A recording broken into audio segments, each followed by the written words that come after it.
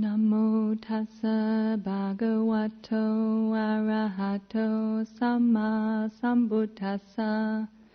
Namo tassa bhagavato arahato samma sambuddhassa. Namo tassa bhagavato arahato samma sambuddhassa. Buddhaṃ Dhammaṃ Sanghaṃ Namassāmi.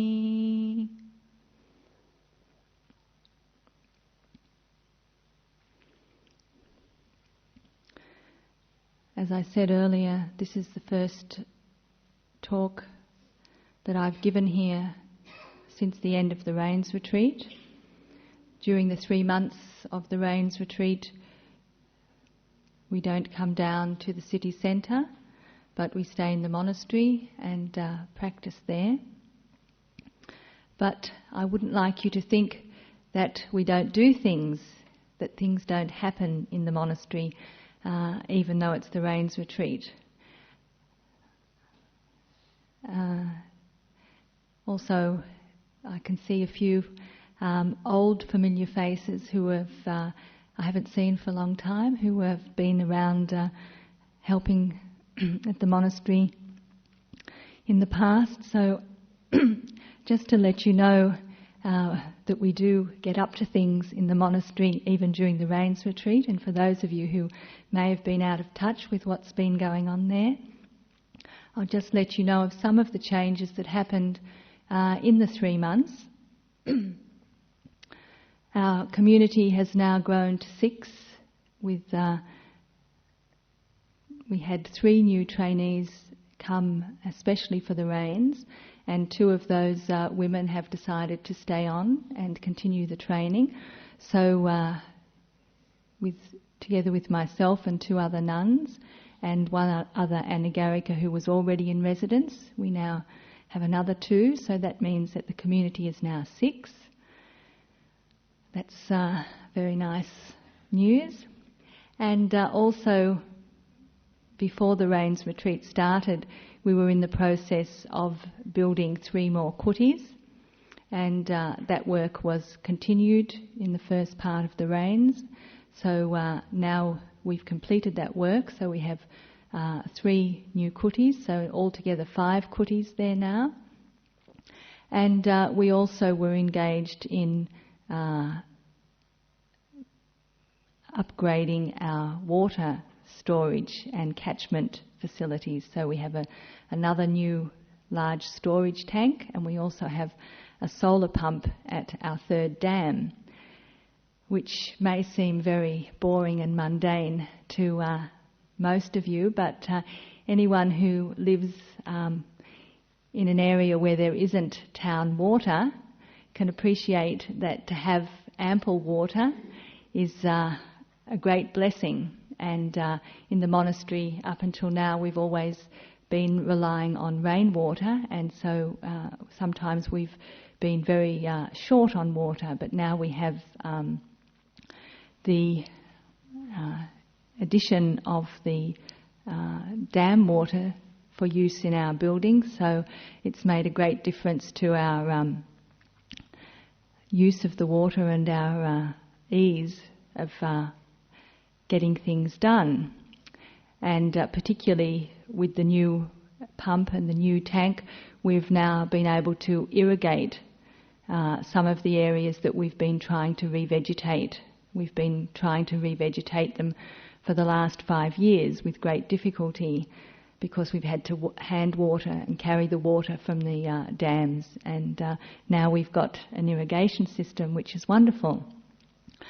So these are quite significant changes for those of us who live in the monastery, and also those who come to visit, and also for those of you who've been involved with the monastery from early days, to see it grow and be ever more well established. And when we experience change like this, the growth and development is definitely a change. And when we contemplate change, we see that even the happiest changes bring two aspects with them. They bring the enjoyment of the benefits, but there's always some downside. There's always something that comes along with the positives of change. So, for example, now we have more people in the monastery and more people to do the work, more people to be involved in development, but there are more people to look after if you're the person in charge. There are more mouths to feed, and all parents would know what that's like, trying to look after all the kids, not just one or two. And of course we're very well supported in Perth with ample requisites, but it still means that there are more things in the mind of the person in charge because there are more people. And this is just the nature of anything that comes into our life. Even the happiest events bring with them the other aspect of things. And often we are challenged by the change that comes. Often it brings with it unexpected aspects, things which we hadn't expected or which we hadn't thought through. And what appeared to be a wonderful new thing, a wonderful development, turns out to be something that is more or less than we bargained for. And so we experience a different reaction to change. Very often, because change does bring with it more than we expected, we fear change. And so we do everything we can to maintain our situation in a static state, to keep it the way it is now, because at least with familiarity we know what we've got. We get familiar with it.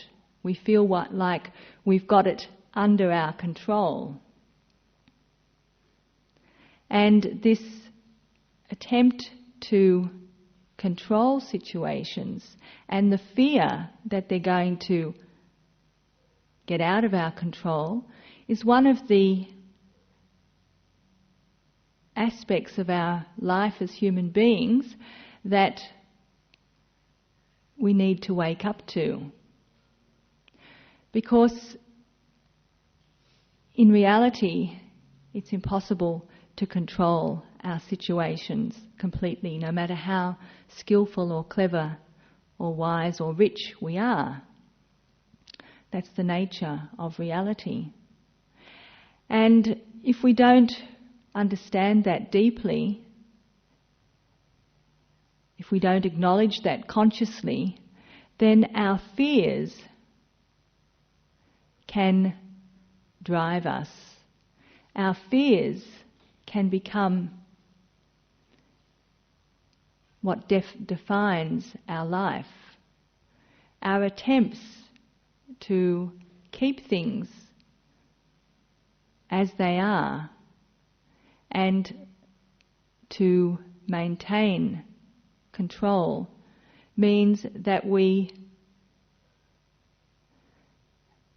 don't allow ourselves to grow.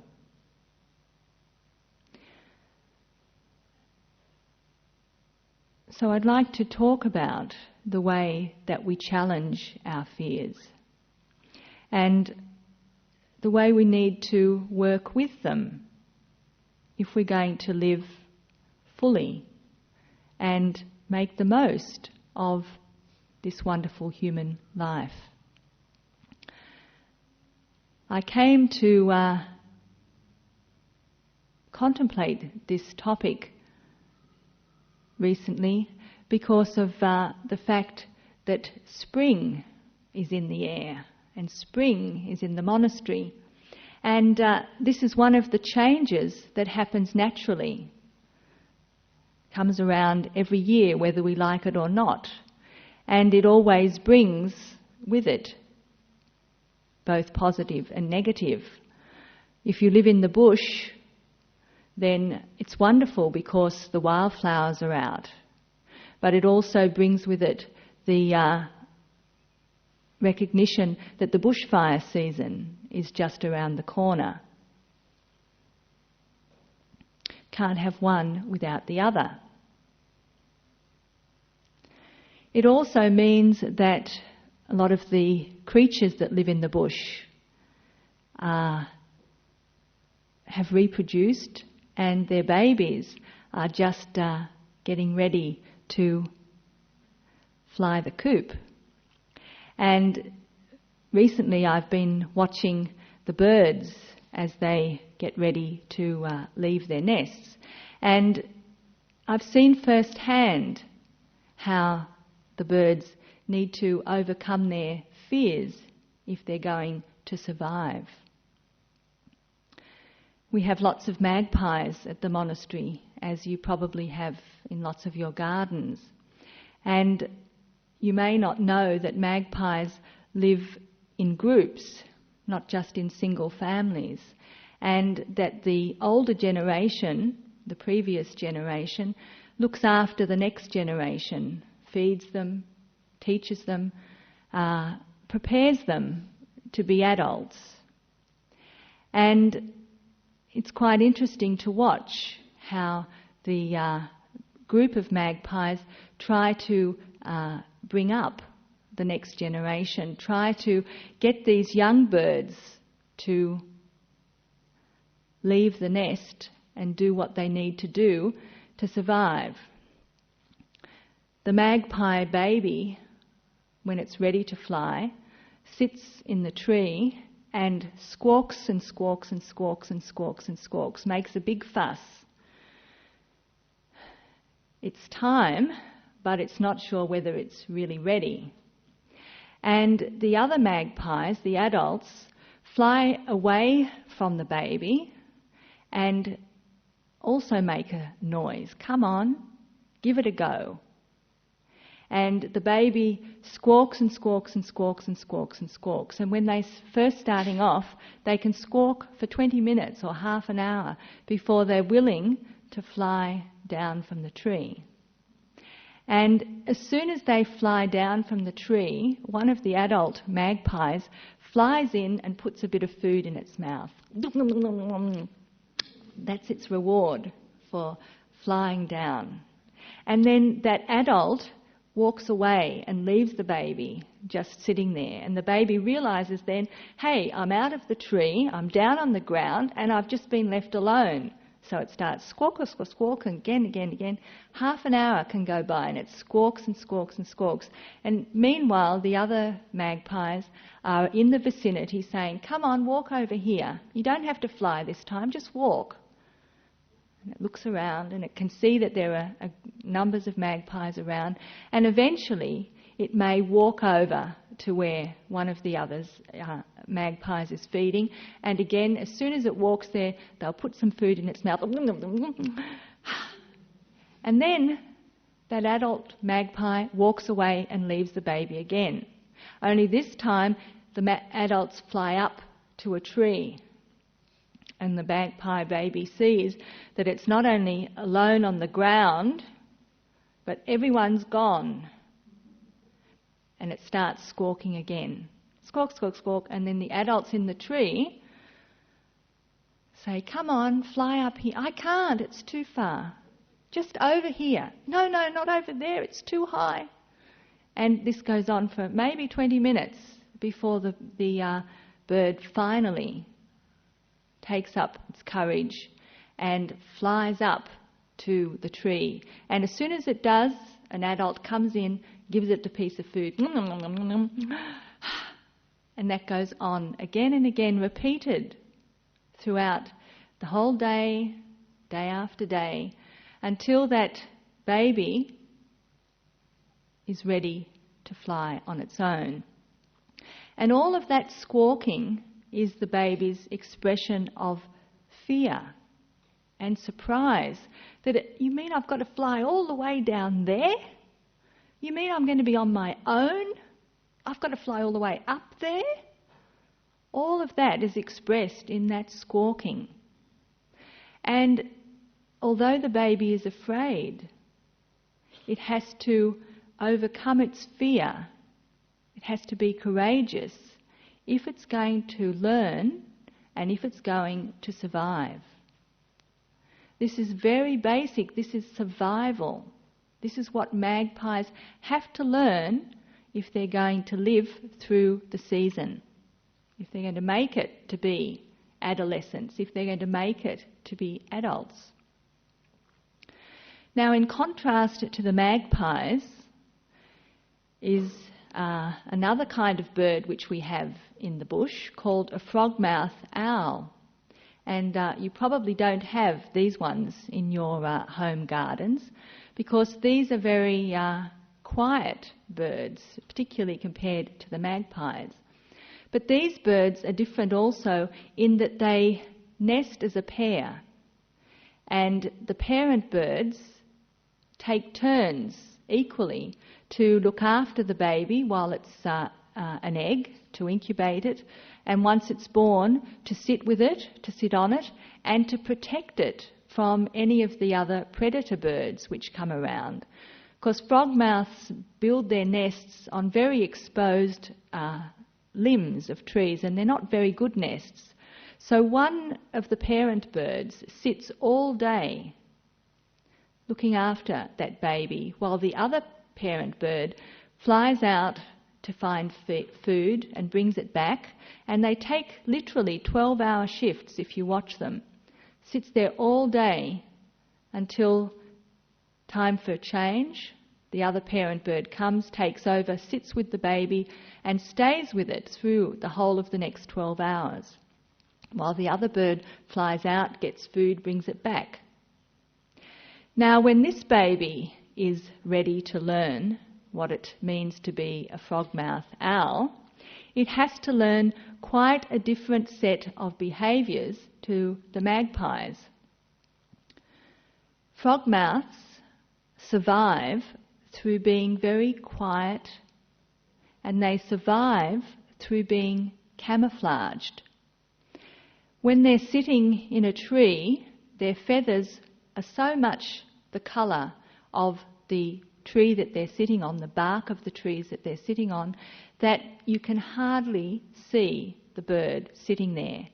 And they perch in such a way that they look just like a branch. They sit with their heads, their necks extended and their heads gazing up, and because of the feathers, the shape of their feathers, they look just like a branch or a broken branch on the tree. And if you disturb them, you don't even know that they're there if you walk past them. Now, recently we were doing some work in the bush, and we came across a baby frogmouth down on the ground with one of its parents. And as we approached, we were quite quiet, and we startled them, and the parent flew away.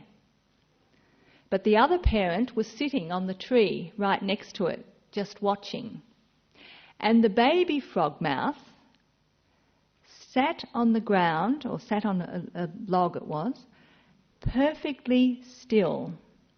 It didn't have the reflexes of the adult bird, so it couldn't just fly away immediately as soon as it was startled. And it had to adopt the defence mechanism of the frogmouth, and that is to sit perfectly still, rely on the camouflage effect, and pretend you're not there, and hope that no one else knows you're there. Now, this baby still had its soft feathers. It was still not ready for this kind of test. And as it sat there on the log, and as we passed by it, it was shaking with fear. And yet its instinct to fly was overridden by its instinct to survive using what it had been taught and what it had been conditioned to do. That was to sit very still. And it took a lot of courage for that bird not to just squawk and try to get away. What was interesting too was to reflect on not only how it had to trust what it had been taught, but that even doing that there was no guarantee that it wouldn't be harmed, because even doing what was the correct thing for a frogmouth to do, we could have been careless or deliberately harmed it. Now, to contrast the two reactions of the birds, we can see conditioning at play. The magpies live in a group, and they're used to being very noisy and letting everything out when something happens. They share it with each other whenever anything happens. If you notice magpies, if they're as a group, whenever they're feeding, there's always one bird that's on guard to make sure that nothing happens, and they'll always squawk a warning if anything or anyone comes near. And whatever they do, they tell each other all the time, here's some food, I'm going over there, why don't you come too? Oh, there's some water, let's go and get a drink, isn't this nice water? They're all the time talking to each other. This is their conditioning.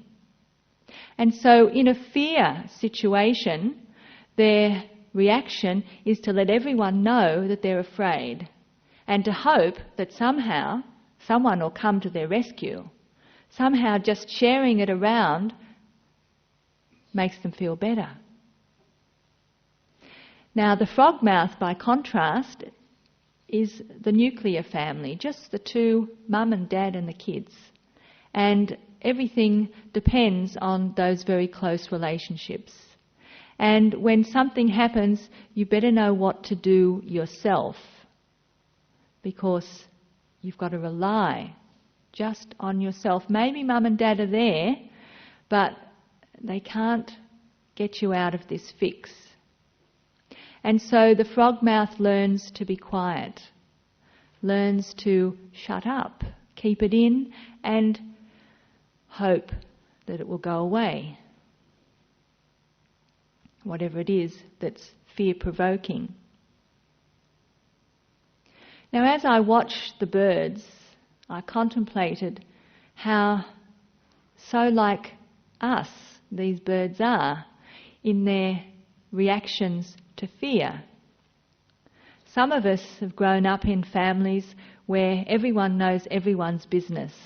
And I've even heard people saying that when they've grown up in a big family, even if they live in different countries, they're always on the telephone to each other. As soon as something happens, it goes down the line.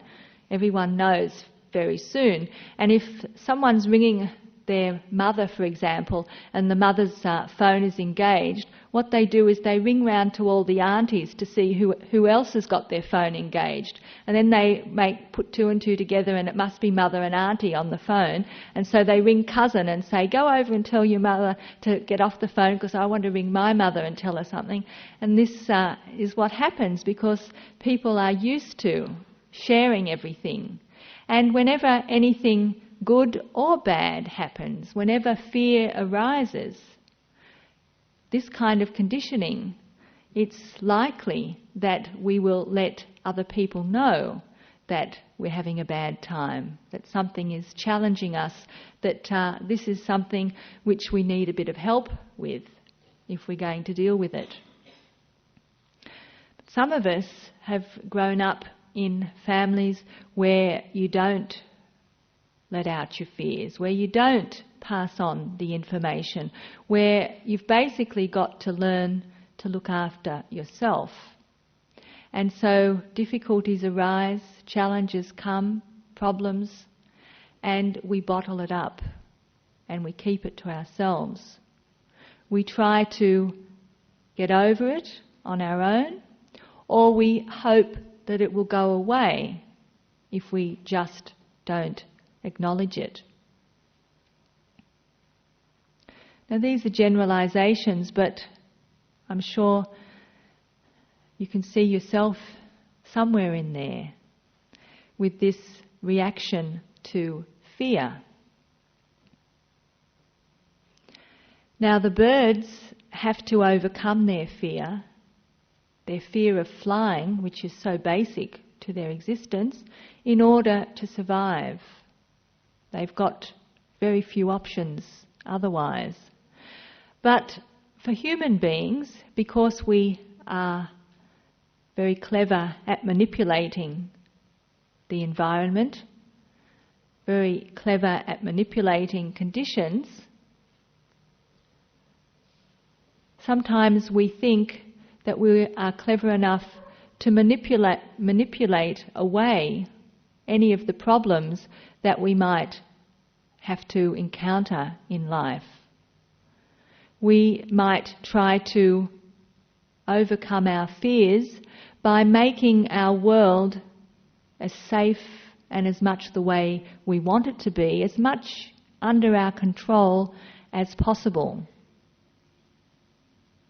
And to a certain extent we can do that. We're clever enough, for example, to manipulate the environment. When it's too hot, we can put on the air conditioner. When it's too cold, we can put on the heater. We think we can overcome, get rid of hot and cold. But we create different challenges then.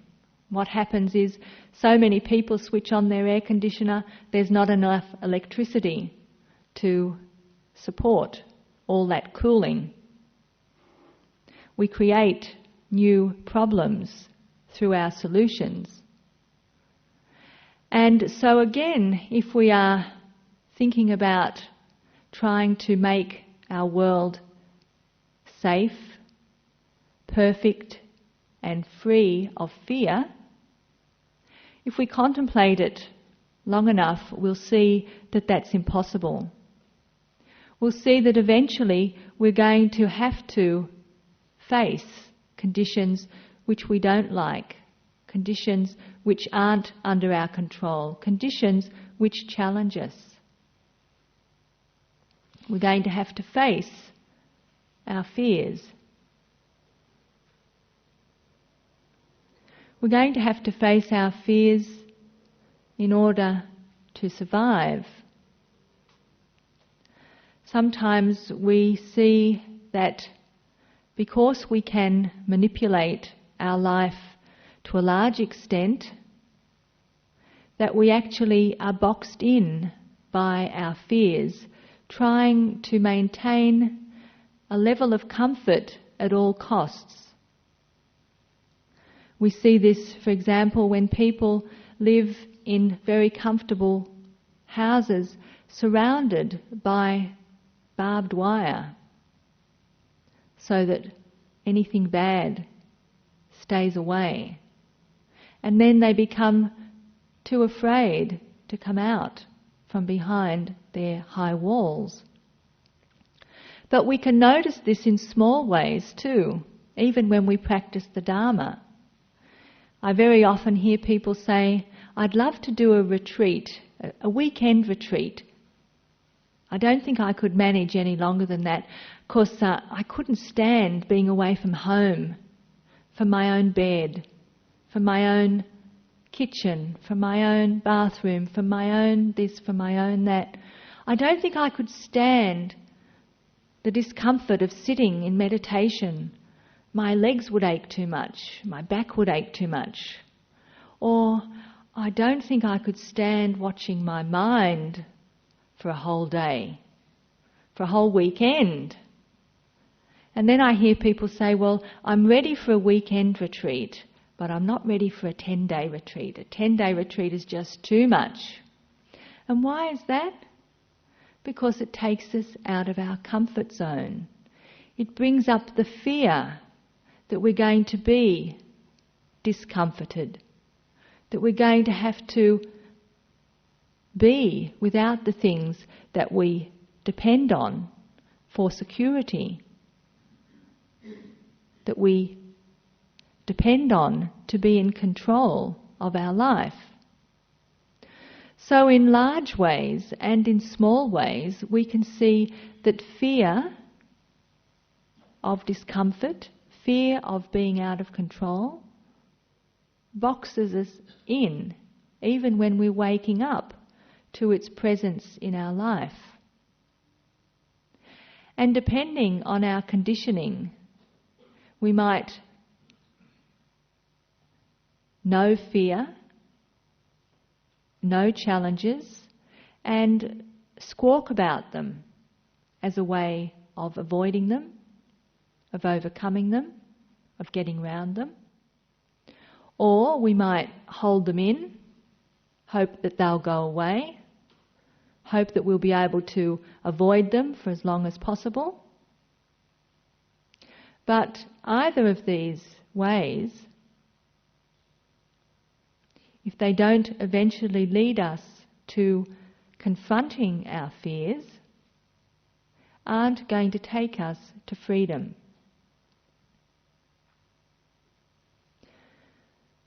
So the first aspect of challenging our fears is to acknowledge that we have them,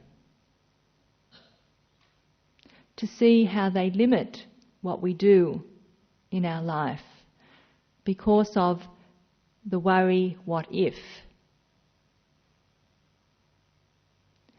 And the next thing is to acknowledge that no matter how clever we are, that there are always going to be things which happen out of our control.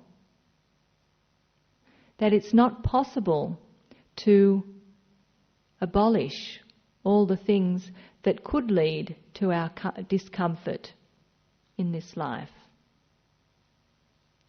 And to recognise that the only way that we're going to maximise the potentials that we have in this life is to move out and address the fears that we have. And this is courage.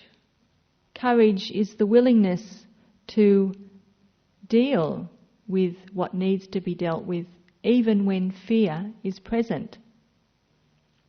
Those birds had to have courage to face their fears. So acknowledging our fears means using mindfulness to pay attention to our reactions when we come up against something that takes us out of our comfort zone. How do we discover what our comfort zone is? Well, we listen with mindfulness to all of those inner conversations about why we can't do this, why we can't go there, why, etc., etc., etc. We start to wake up to the self-limiting nature of the fears that we have. With mindfulness, we pay attention to the stories that we tell ourselves, to the internal dialogue that explains things away. And we also pay attention to the feelings that arise in the body, Because fear, though it's a very strong, or can be a very strong emotion, can also be very subtle, especially if we're trying to ignore it, if we're trying not to see it, then we may not see past our usual explanations for our limitations. But if we pay attention to what's going on physically in the body, very often we'll feel the tightening in the chest, the clenching of the teeth, the churning of the stomach, the pulsing heat that comes when fear is present. This is a very interesting experiment to do. Investigate what really is going on in the body when we say we can't do this or we can't do that. When we approach those things in our life which we know we resist, especially when it has to do with change.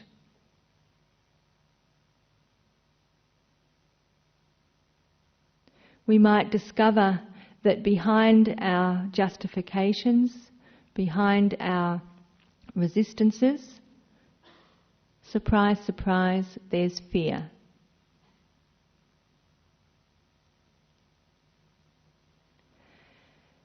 When we reflect on the birds, the magpies and the frogmouth, and we see how they respond to the stresses of change, of growing up, of learning, we see the different reactions that they have. We don't judge either reaction as being better or worse than the other. Neither one of them is right or wrong. They're just the way they are. They're just the result of conditioning. And so when we investigate our own experience and notice when fear is present, we simply notice it in the same non-judgmental way as we do with the birds. What this practice path is about is discovering ourselves, discovering our life, discovering what our experience of life really is. So when we pay attention and we notice fear is present, that's wonderful. That's what we're trying to do, to be fully in touch with our experience in the present moment. We're not condemning. We're not saying, I knew it, found you at last, caught you out. I know what's really going on. It's not that kind of attitude. It's great to wake up, because once we know what our experience actually is, then we can investigate it further to see whether or not it's useful, whether or not it's helpful. Now, it's interesting to reflect that fear has its place. It serves a positive purpose. Fear arises to warn us of danger, in response to danger, to protect us. Fear is also very helpful in preventing us from doing things which we're later going to regret having done. So particularly when we have fear of the consequences and fear of people's reactions to what we're going to do, this can often prevent us from doing something which is unskillful, unwholesome. In fact, the Buddha described fear of people's reactions when we do something which is hurtful or unskillful, as a guardian, as a protector of the world.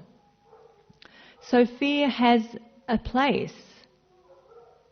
And apart from protecting us from making bad karma, it also warns us when danger is present. So when we are paying attention and waking up to the fact that fear is present in a non-judgmental way, we may see that it's good that fear is present at this moment to protect me, to warn me. The problem becomes a problem when fear outlasts its use as a danger signal, and when fear becomes our constant companion. This is when it becomes counterproductive.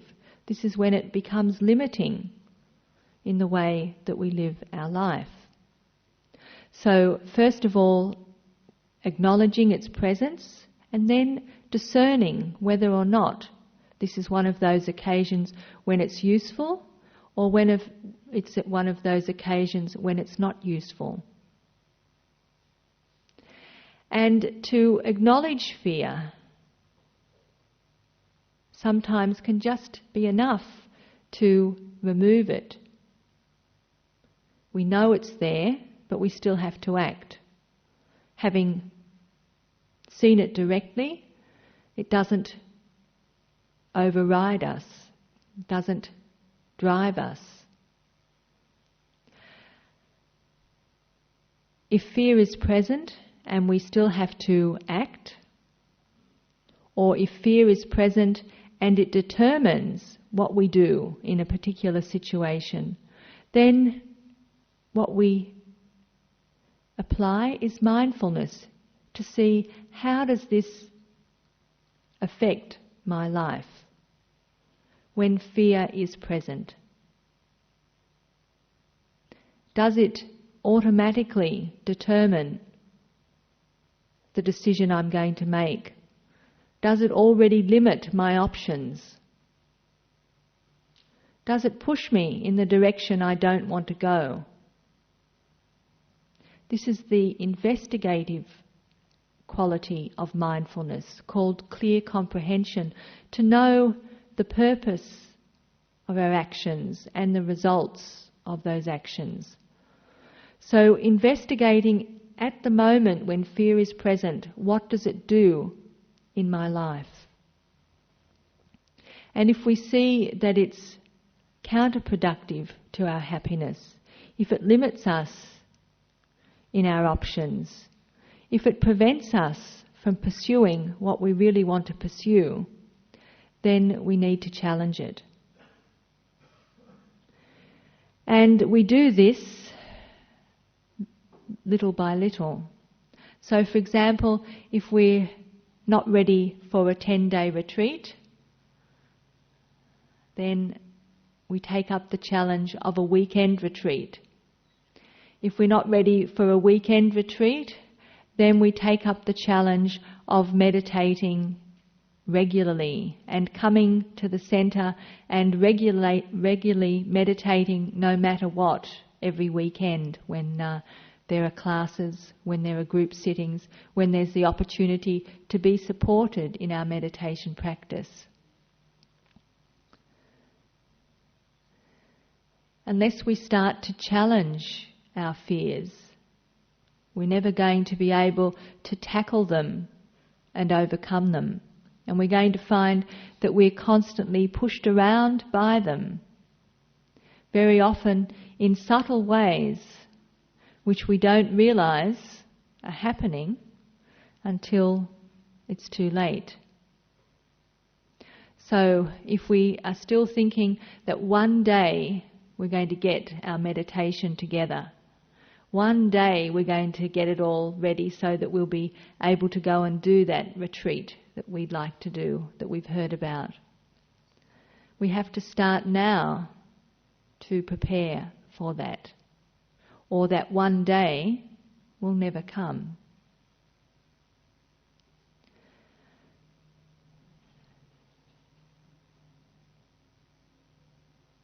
because fear is unpleasant, because it produces strong emotions, because it's something often that connects us with fear we've had in other places at other times, it's a very good working ground, practice ground for waking up, for developing this mindfulness which listens on the spot to what we're telling ourselves about the situation we're in, and which pays attention to the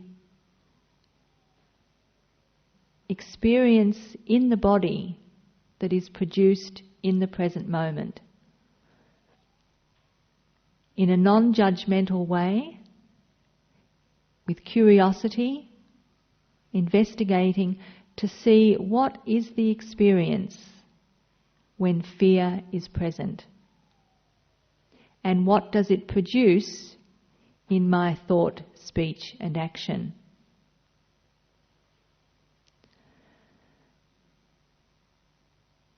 For the birds, their survival depends on overcoming their fear of flying. They have little choice. As human beings with the human mind, we're so tricky and clever that we can circumvent a lot of our fear. We can think up ways of overcoming it without actually directly addressing it. But eventually we'll get caught, because eventually all of us will face the death of this body. And that is a time for many people when fear arises very strongly. And if we haven't practiced dealing with fear throughout our life, and we haven't faced up to the reality of life being out of our control, then the fear that we face at the time of death may be very strong. So, for our own well-being throughout this life, and also when we come to the end of this life, it's very important that we take a good look at fear, become familiar with it in our own life, and learn to accept the challenge that it presents, so that we can live to our full potential, both in worldly ways but also in cultivating the path of Dharma. So may this teaching be of benefit to all of us as we try to become fearless in this life, and may the merit of this teaching help us all to attain Nibbana.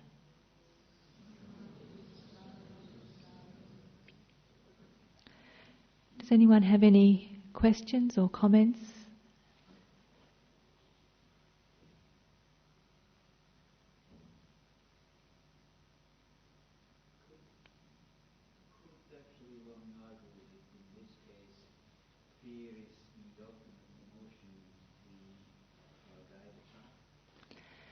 The question is, could we say that fear is the ultimate emotion that we're guided by? And that's a very good point. And yes, if we look at where fear arises or why fear arises, we'll see that it always comes back to self-preservation. It comes back to the fear of something happening to me, to a sense of self.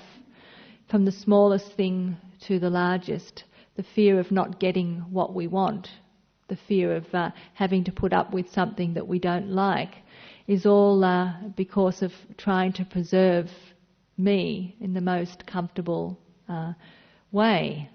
and the ultimate fear is the fear of death. And this is why fear is an emotion that needs to be addressed, because it's so much an expression of self-grasping, self-cherishing, and it is,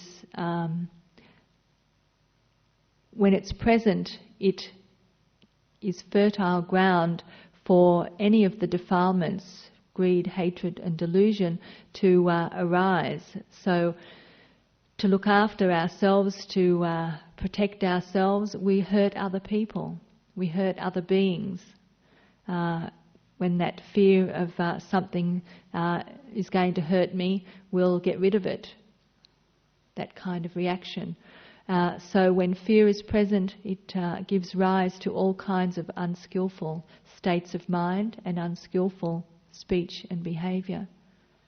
So it's the ultimate emotion, yes. And that's why it needs to be addressed, because it does give rise to so much unskillfulness. So when we think about the birds, that's a light-hearted way of entering into a contemplation of where fear comes from and how it drives us in our life. So we can see in the culture that we live in that there's a tremendous fear of aging, a fear of this body changing, becoming less beautiful, becoming less energetic. And it seems like it's a wonderful thing, the beauty industry and all the cosmetics and all the ways that we can delay the aging process. But behind it is a fear. I'm losing something by becoming older. I'm losing something by becoming older looking, by the body becoming slower. So there's a fear behind what even seems to be a wonderful advantage in today's world.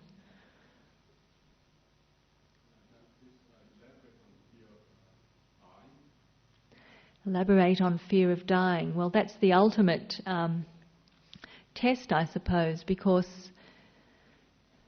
the fear of dying, again, arises out of this delusion that, first of all, death is the end of me, and there's a resistance to that. It's the ultimate end of me. That is, again, wrong understanding, because death is the end of the body that we've been inhabiting, or that the mind has been inhabiting during this life. But death is the falling away of the body, but the mind that's unenlightened will seek a place somewhere else, seek another nesting place. And according to the quality of the mind at the end of the life, it will be reborn according to its karma in the same realm, the human realm, or in the higher realms, in the heavenly realms, or in the lower realms, in the animal realms or ghostly realms, depending on the state of mind at the time of death. And so if fear is present at the time of death, this can be a very unwholesome state of mind, fear and resistance to the fact that one is about to die. Particularly if one has lived unskillfully, one can not be sure that rebirth isn't a fact. And you might have rejected the idea throughout your life, but at the time of death, well, you can't be really sure, and so fear arises. So it can be the fear that arises from ignorance, just thinking that life is going to end and you don't want it to, or fear that comes from the sneaking suspicion that it may not end and you've got to be reborn somewhere else, and being worried about that. And with either of those states present, then the mind is very distressed and disturbed, and it's not conducive to attaining a favourable rebirth. So in this life itself, we can prepare for facing our death by facing our fears. And if we face them again and again and again, we will have the understanding that ultimately there's only so much we can do. Very often learning to accept a situation and deal with it removes so much of our resistance, which is fear. And if we do that again and again and again, at the time of death, we may be able to accept, well, there's nothing I can do to stop it. Let me just accept it and be at peace. If this is the end of this life, okay, it's the end. If there's rebirth, okay, let's rebirth happen. Whatever it is, I'm accepting and I'm at peace. I've done what I can do, and that's it. So if we practice throughout this life to keep addressing fears as we become aware of them, we can become much more accepting, understanding what we can do something with, and understanding what we have to just allow to let take its course and be at peace with it. Right, so the question is about fear and love being the two basic emotions, and that our ability to love is only limited by our fears.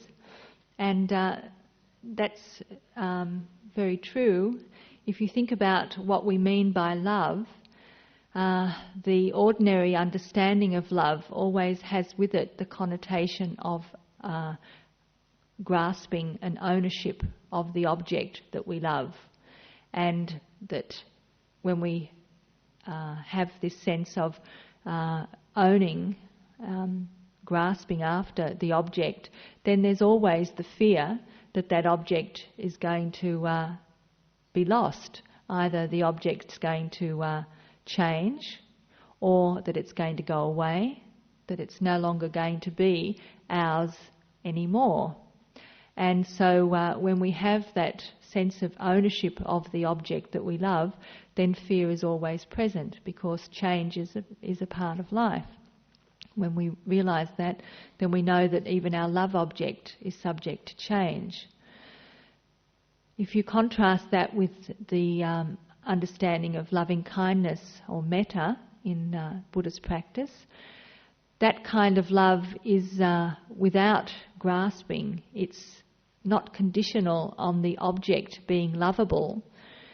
It's love which is given because the person who's giving the love has love in their heart, and the object may not be a lovable object, may not be something which we like, but the love that comes from the heart is given because it's there, because the love is there.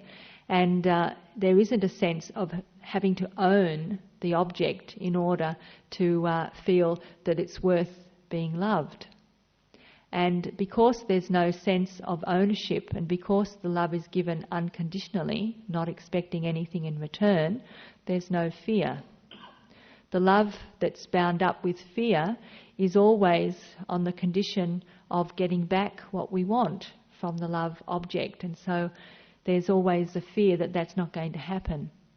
So yes, our ability to love and to give unconditionally is also bound up with our fear is contrasted with that love which is bound up with fear, which is always the fear of losing the object of our love.